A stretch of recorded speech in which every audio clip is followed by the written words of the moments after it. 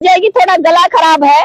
और सबसे पहले तो आप इस कड़कती सर्दी में हम यहाँ पे आए हैं, जो बहने सर्दी की मार झेलते हुए पहुंचे हैं, सबको बहुत बहुत धन्यवाद। दूसरा कि सरकार ने हमें मजबूर किया हुआ है असल में, और ये आज हम ये जो प्रदर्शन कर रहे हैं ये केवल हरियाणा के अंदर नहीं है, आज पूरे देश के अंदर आशा वर्कर्स, आंगनबाड़ी वर्कर, हेल्पर और मिड डे मील वर्कर जो है वो आज पूरे देश के अंदर प्रदर्शन कर रही है। तीनों की है फेडरेशन है, तीनों की, anganwadi workers and helpers federation, फिर mid day meal workers federation और ASHA workers and facilitators federation of India.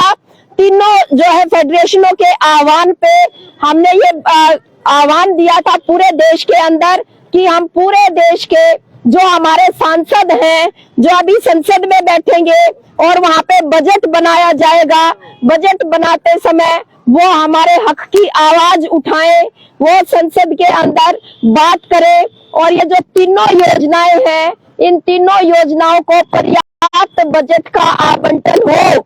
मतलब इन तीनों स्कीमों के अंदर सरकार बजट में पैसे का प्रावधान करे, पैसे का प्रावधान वो इतना करे कि ये जो स्कीम है ये भी सही तरीके से चल सके, उसमें काम करने वाली जो वर्कर है वो तमाम वर्कर को पक्का कर्मचारी बनाया जा सके, उनको न्यूनतम वेतन दिया जा सके, उनको सामाजिक सुरक्षा दी जा सके।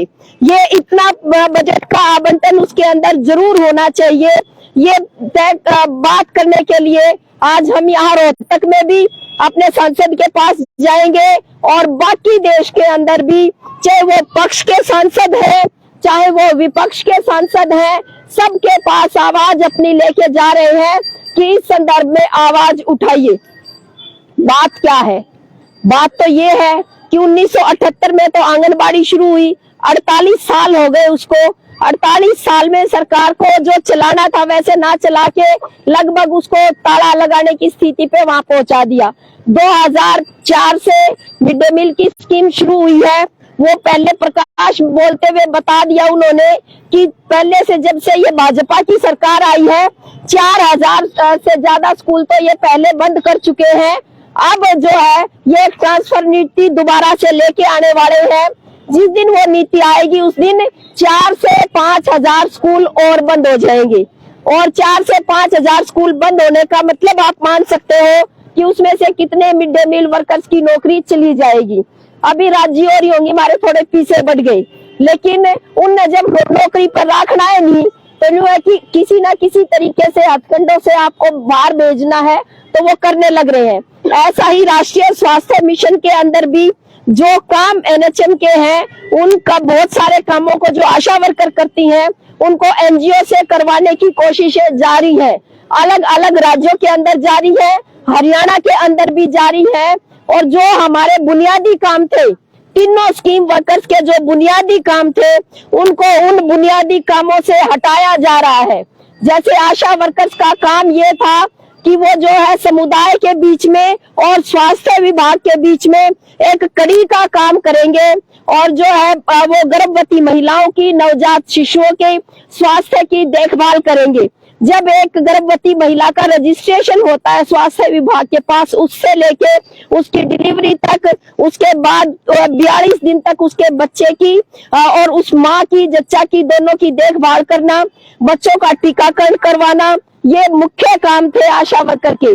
ऐसे ही मिड डे मील वर्कर का पूरक पोषाहार देना स्कूल का मुख्य काम था।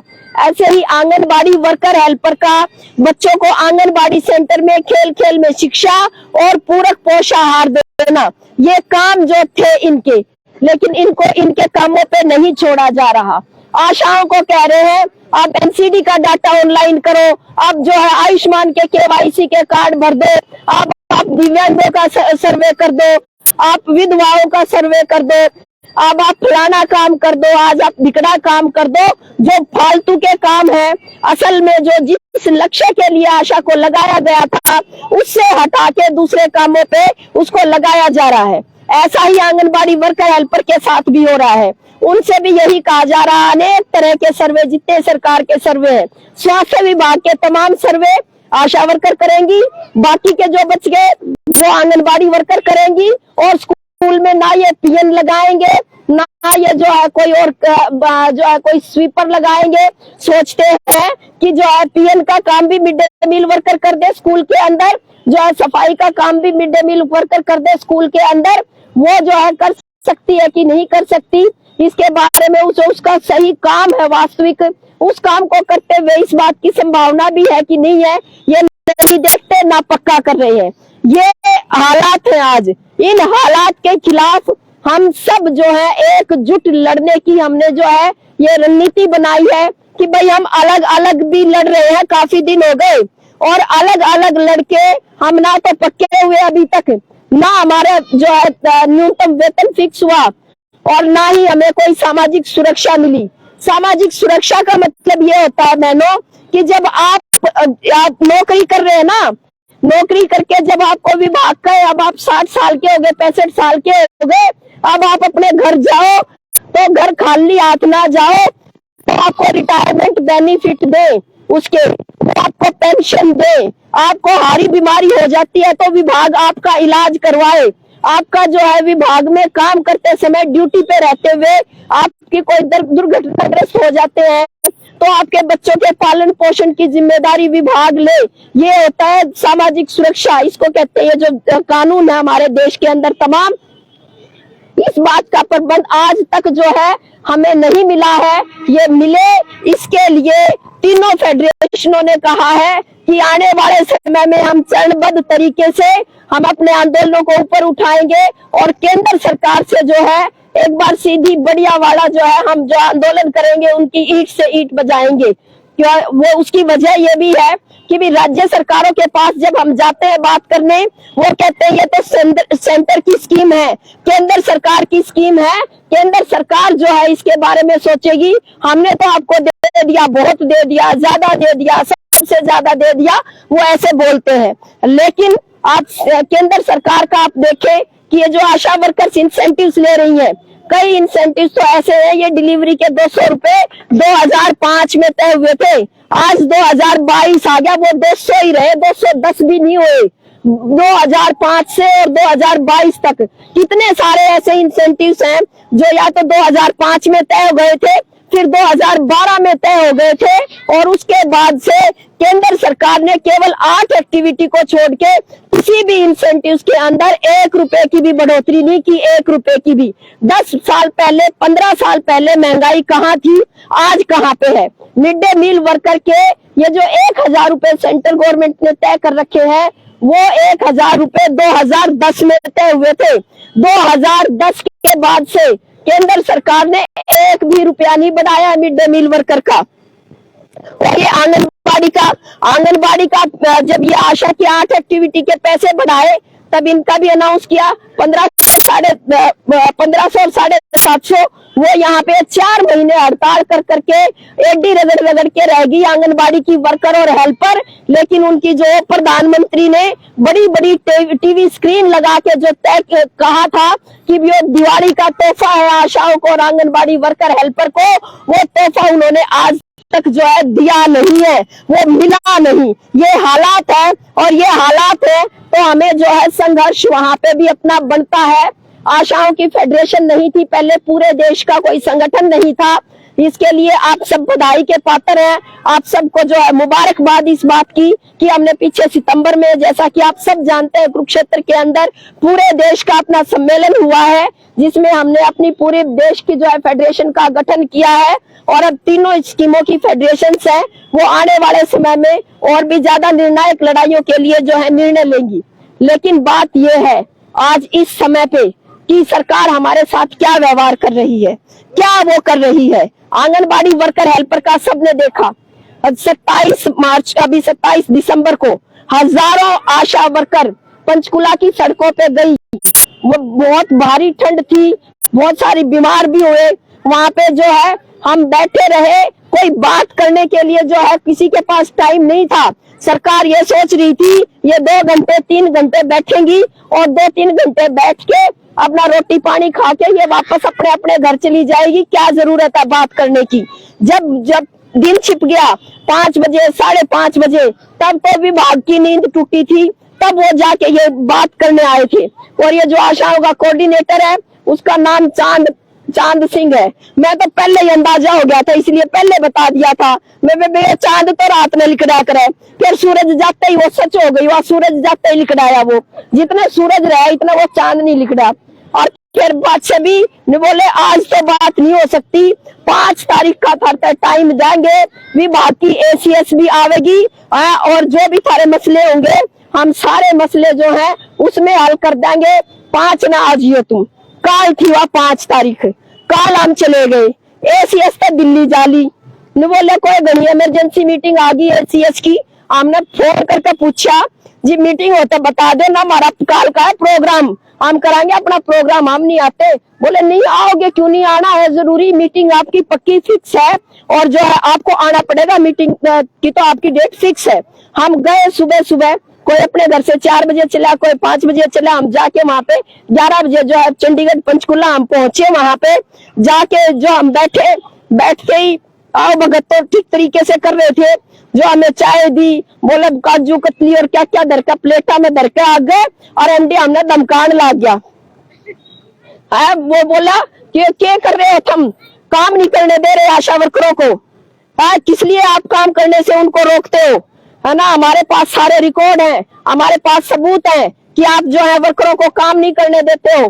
तो हमने कहा जी पहले वो रिकॉर्ड और सबूत ले आओ। और बोले कि कार्रवाई होगी। तो मैं कहा कि बात क्या करनी है, फिर कार्रवाई करनी है तो ऐसा करो पहले रिकॉर्ड और सबूत ले आओ और पहला कर लो आप कार्रवाई, बाकी बात फिर करांगे। तो एक बार वो फिर बोलने लग गया MD, लेकिन एक शब्द और बोला, एक मांग पे फिर बात हुई, फिर वो चिढ़ गया। तो जो अपनी महासचिव है उसने कह दिया जी न्यू बता दो, एक बार बात करनी है कि धमकाना है, हम भी उससे बात करांगे। तो वो तो भाई बिफर गया, उड़ा कुर्सी पे उछड़ा और वो तो बाहर हो गया। और जब हमने बाकी भी वो कुछ बोल रहा तो हमने भी कुछ बोलना पड़ा। हमके डांट खान जा रहे थे उड़े, हमने पूरी टक्कर ले ली MD की। और MD की जब टक्कर ली तो भाई वो तो छोड़ कर भाग गया, मीटिंग कागज फेंक के और छोड़ छाड़ कर वो भाग गया। हमने भी उड़ाए, नारे लगा दिए, दफ्तर के अंदर है बाहर नहीं निकले। हमने कहा पहले अंदर नारे लगावांगे, हम फिर बाहर आवांगे। आके हमने जो है Facebook लाइव भी किया, हमने सबको बताया कि जो है मिशन डायरेक्टर का जो है मानसिक स्वास्थ्य ठीक नहीं है, वो या तो घर से लड़के आए हुए हैं या वो मानसिक तौर पे बीमार है, सरकार उनका इलाज करा ले, कोई दूसरा अधिकारी भेज दे। उनने भी सुनी होगी CCTV कैमरे में, 2 मिनट बाद उनका होश आया होगा, तब उन्होंने कहा जी फिर आ जाओ, बात पे ठीक ठाक बात करांगे। हम नाट गए थे। फिर भी जो है चांद मैदान भी और वो जो बंसल जो उस दिन बोल के गया था वो भी आकर बोले जी अधिकारी भी अपने न्यारे कोनी इकट्ठे, हाँ ठंडा गर्म चलता रहा करे, कोई बात नहीं, आज नहीं करोगे 10 दिन बाद आओगे तो भी तो बात तो यार करनी पड़ेगी, कोई नहीं जी आ जाओ जी आ जाओ। तो वहां हमें ले गए, फिर उन्होंने मीठी बात करी, फिर सही तरीके से बात करी। फिर तो MD न्यू भी नहीं नाट्या थारी तनख्वाह ना बढ़ावे। बोले जी ठीक है आपकी मांग, तनख्वाह तो बढ़नी चाहिए आपकी, 5 साल हो गए, ठीक कह रहे हो, और कितनी बढ़नी चाहिए वह उस बेचारे के हाथ में नहीं थी, वह तो स्वास्थ्य मंत्री बताएगा। तो उन्होंने कहा भी स्वास्थ्य मंत्री के साथ आपकी जल्द जो है मीटिंग तय कर देते हैं। हमने कहा था ESI PF में कवर करो आशा वर्कर को, तो उसके लिए उन्होंने कहा कि क्या नियम कायदे क्या है उसके, हम वो जो है उसको फॉलो कर लेते हैं उस बात को, और हम उसको आपको यदि आपका किसी तरह से भी बनेगा तो आपकी PF की और ESI की सुविधा भी उसमें आपको कवर करने की कोशिश करेंगे। उसके साथ साथ जो है उन्होंने रिटायरमेंट बेनिफिट वाले पे कुछ नहीं कहा, बोला हम तो आंगनबाड़ी वाला था पहले तो देने लग रहे हैं 20,000। बहुत बहस हुई उस पे कि 20,000 क्या होता है, लेकिन जो है उस पे कोई उससे आगे कोई बात नहीं हुई। आयुष्मान भारत के कार्ड पे उन्होंने कहा 95% आशा वर्कर्स के बढ़ चुके हैं, जो 5% बची हुई है उन 5% को हम जल्दी से जल्दी उनको कैसे कवर किया जा सकता है। उन्होंने कहा कि जो हरियाणा में हमने स्पेशल कैटेगरी बना के जो इनकम का क्राइटेरिया तय किया, उस क्राइटेरिया में थोड़ी सी वर्कर छूट गई, ज्यादातर तो उसके अंदर समाहित हो गई है, सबके बन गए हैं, बाकी के भी बना देंगे, है ना। और ऑनलाइन काम पे हम अपना कह आए, उनने अपना कह दिया, हमने कह दिया जी कोना करा, वो बोले किसी ने रोकोगे नहीं, हम बोले कि हम नहीं रोकते, वर्कर नहीं करना चाहती वर्कर मारता बतावे कि दीदी यो के हो गया, यो के आ गया, इसने बंद करवाओ और उसने बंद करवाओ। हमारे पास तो फोन आते हैं और जो है तब हम जो है बाकियों को ये कहते हैं, वो आपस में डील करती हैं ऐसे। बोले नहीं नहीं, मैं हमारे पास आप लोगों के फोन के एक मैसेज है। इसका मतलब वो हमारे फोन भी रिकॉर्ड करे हैं, हमारे मैसेज भी चेक करे हैं। हमने कहा रिकॉर्ड काट लो, फिर एक बार आप दिखा दो। फिर मैं किया तो आपने दिखेगी। और ये दिव्यांगा का सर्वे, बोले हाँ बहुत बढ़िया काम करा, दिव्यांगा का सर्वे करवा दिया। मैं कि आपको पता है कि आशा वर्कर दिव्यांगा का सर्वे नहीं करना चाहती थी और फालतू का काम था उनके लिए भी। बोले न्यू तो सारे ने नाच जाओगे। मैं कहा कि जब आधी वर्कर ने कर लिया तो हमने समझाया था, बाकी आधी को मैं आधिया ने कर लिया, कोई बात नहीं तुम भी कर लो। तो वह मैसेज को ले रहे आप हमारे, वो ले रहे हो जिसमें हम नाटा हाँ, और आपने जो करना हो वो कर लो। और दोबारा जब बुलाए तो सिविल ड्रेस में कई तो पुलिस वाली बुला रखी थी एमडी ने। और पैरे में जो है वो सोचा ये बेरा नहीं के तो फोड़ के जांच के हैं, पैरे में मीटिंग हो रही थी एक तरीके से। तो ये हालात है। अब इन हालात का जो है जायजा ये है, इसे सबको समझना ये है, किसी एक स्कीम की बात नहीं है ये। इन टोटल में सरकार का जनता के प्रति व्यवहार क्या है, वो क्या समझते हैं। असल में उनको ये लग रहा है कि ये किसी मुद्दे पे कोई बात करने की जरूरत नहीं है। अब कर्नाटक में चुनाव होने लग रहे हैं। कर्नाटक में जो है बीजेपी के मंत्री खुले तौर पे कह रहे हैं कि भाई कोई नुकवा, हमारी गली खराब है, हमारे पीने का पानी को नहीं, हमारे नौकरी को नहीं, हमारे कच्चे मकान है पक्के करा दो। कोई अपनी समस्या कहे, किसी समस्या को सुनने की जरूरत नहीं है। आपको केवल ये कहना है कि धर्म खतरे में है, मुसलमान सिर पर चढ़ रहे हैं, इनका इलाज करना है, अपनी बेटियां ने बचा कर रखो। लव जिहाद दिया रहे हैं, जिहाद फैला रहे हैं और ये कर रहे हैं। मतलब जात और धर्मता आके बाहर बात नहीं करनी, उसके अंदर लोगों को उलझा के रखो, उसमें फंसा के रखो और ये इसी तरह से जीतते हैं। नहीं तो इनके जीतने का और कोई वजह नहीं है। अपने पास बहुत तरह के संकट है आने वाले समय के। संकट ये भी है कि हमारे जो है बच्चे आने वाले समय में अनपढ़ रहने की संभावनाएं बन रही है। ये जो नई शिक्षा नीति आई है इसके तहत अब स्कूल 5000 पहले बंद हो लिए, 4000 स्कूल की नई लिस्ट तैयार हो रही है कि बंद हो जाएंगे। फिर भी जो मजबूरी में सरकारी स्कूल में बालका ने भेजे हैं, उस खातर जो है चिराग योजना, ये चिराग योजना पता होगा ना, चिराग योजना। भाई सरकारी स्कूल में बालक ने भेजोगे तो 500 देने पड़ेंगे तुमने, और जब प्राइवेट स्कूल में बालक ने भेजोगे तो 1100 सरकार देगी तुम लोगों को। और इसलिए सब सोचेंगे भाई क्यों 500 दिए घर पे, आप तो 1100 ले लेंगे, प्राइवेट में भेज दे बालक ने। फिर जो और बाकी के स्कूल बच रहे हैं, उन स्कूलों के अंदर भी बच्चे नहीं बचेंगे। फिर कहा जाएगा कि स्कूलों में बच्चे नहीं है, ये बाकियां ने भी बंद करो। और जिस दिन सारे सरकारी स्कूल बंद हो जाएंगे, उस दिन चिराग योजना गैस की सब्सिडी हो जाएगी। फिर आप जो है ये प्राइवेट स्कूलों के चोचले, इनके ये कमीशन पे जो सारी चीजें मिलती हैं, वो इनकी लंबी चौड़ी फीस हम देने की स्थिति में नहीं होंगे। सारे गोदाम जो है वो अडानी अंबानी के हो चुके हैं।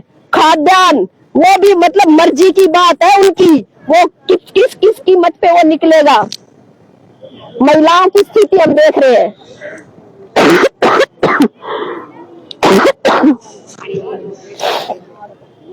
महिलाओं की स्थितियां हम देख रहे हैं।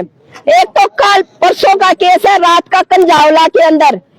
कंजावला में 2 लड़कियां स्कूटी पे जा रही थी, जो उसमें वो बीजेपी का नेता था, उनकी टक्कर हुई। एक्सीडेंट जान के हुआ बिना जान के हुआ ये तो तफ्तीश से पता चलेगा, लेकिन एक्सीडेंट होके लड़की उनकी कार में फंस गई। 11 किलोमीटर तक जो है उसको घसीटते रहे, घने यू टर्न लिए और उसके बदन पे नहीं बची एक कातर कपड़े की, और वो घिस घिस के रगड़ के वो मर गई।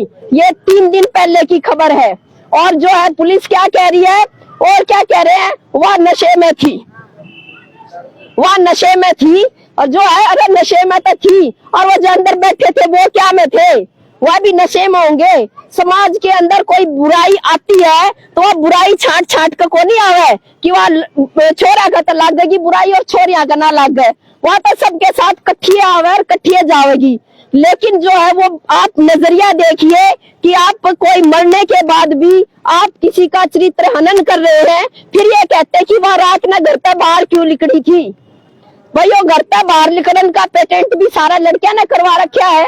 इसका मतलब रात की शिफ्ट होती है, लड़कियां नौकरियां करती हैं आजकल, शाम को जाती हैं, रात को जो उनकी शिफ्ट छुटती है रात को 2-2 बजे, और वो 2-2 बजे अपनी शिफ्ट छोड़ के अपने परिवारों का पालन पोषण करती हैं, वो तब आती हैं। तो ये एक स्थिति है। यहाँ का देख लो, जो जरकी है जिले की महिला कोच खिलाड़ी है, भावक इतनी बढ़िया, और वो जो है खेल मंत्री संदीप सिंह, अपने हरियाणा का केस है ये, अभी 7-8 दिन हो गए इसको, जो है उसने आरोप लगाया कि ये मेरे को जो है मेरा यौन उत्पीड़न कर रहा है, मुझे अपनी कोठी पे बुलाता है, तो उसको खिलाफ जो कोई कार्रवाई नहीं की। उसने डीजीपी पुलिस को, स्वास्थ्य मंत्री को, मुख्यमंत्री को, सबको शिकायत की कोच ने, लेकिन उसकी शिकायत पे कोई सुनवाई नहीं हुई। सुनवाई किस पे हुई? जो खेल मंत्री है संदीप सिंह, उसकी जो है उसने शिकायत दी कि ये मेरे ऊपर झूठा आरोप लगा रही है, और उस पर तुरंत सुनवाई होगी, और तुरंत उसकी जांच के लिए एसआईटी का गठन कर दिया जो आरोपी मंत्री है उसकी शिकायत पे।